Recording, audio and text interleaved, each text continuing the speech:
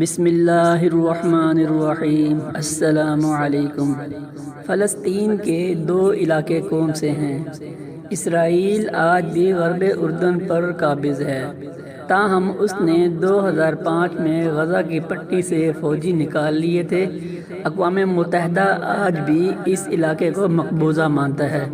اسرائیل پورے بیت المقدس کو اپنا دارالخلافہ مانتا ہے، جبکہ فلسطینی مشرقی بیت المقدس کو مستقبل کی فلسطینی ریاست کا دارالحکومت مانتے ہیں۔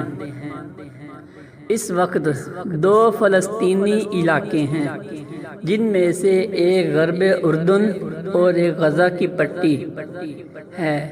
ان دونوں علاقوں کے درمیان 45 کلومیٹر کا فاصلہ ہے۔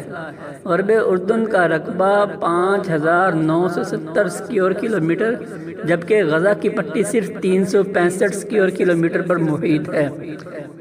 اردن پرشم اور اردن کے درمیان موجود ہے، جبکہ غزہ کی پٹی 41 کلومیٹر طویل اور 10 کلومیٹر چوڑی ہے۔ غزہ کی پٹی کی سرحد کا 7 کلومیٹر حصہ مصر سے ملتا ہے اور ایک جانب بحیرہ روم واقع ہے۔ غزہ میں فلسطینی عسکریت پسند گروہ حماس پر سراغ اقتدار ہیں، جس نے اسرائیل سے کئی مرتبہ جنگ کی ہے۔ اسرائیل اور مصر سختی سے غزہ کی سرحدوں کی نگرانی کرتے ہیں تاکہ حماس تک ہتھیار نہ پہنچے۔ دوسری جانب غرب اردن میں بین الاقوامی طور پر مانی جانے والی فلسطینی حکومت ہے، جس میں فتح تنظیم کا اہم کردار ہے۔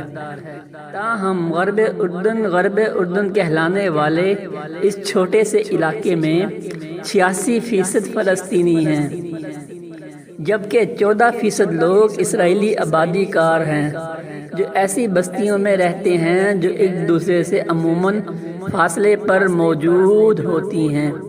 زیادہ تر اسرائیلی بستیاں 70، 80 اور 90 کی دہائی میں تعمیر ہوئی تھیں، مگر گزشتہ 20 برسوں میں ان کی آبادیوں میں 2 گنا اضافہ ہوا۔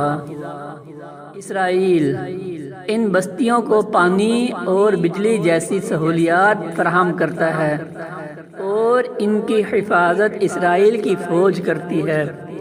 حماس کیا ہے؟ حماس غزہ کی پٹی پر براسرکدار فلسطینی عسکریت پسند گروہ ہیں، جو 2007 میں اقتدار سنبھالنے سے اب تک اسرائیل کے ساتھ متعدد جنگیں لڑ چکا ہے۔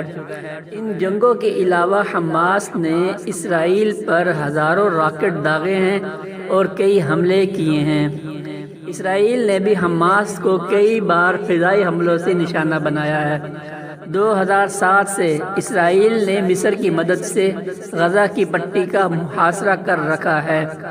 اسرائیل، امریکہ، برطانیہ اور یورپی یونین سمیت کئی عالمی طاقتیں حماس یا اس کے عسکری ونگ کو دہشت گرد قرار دے چکی ہیں۔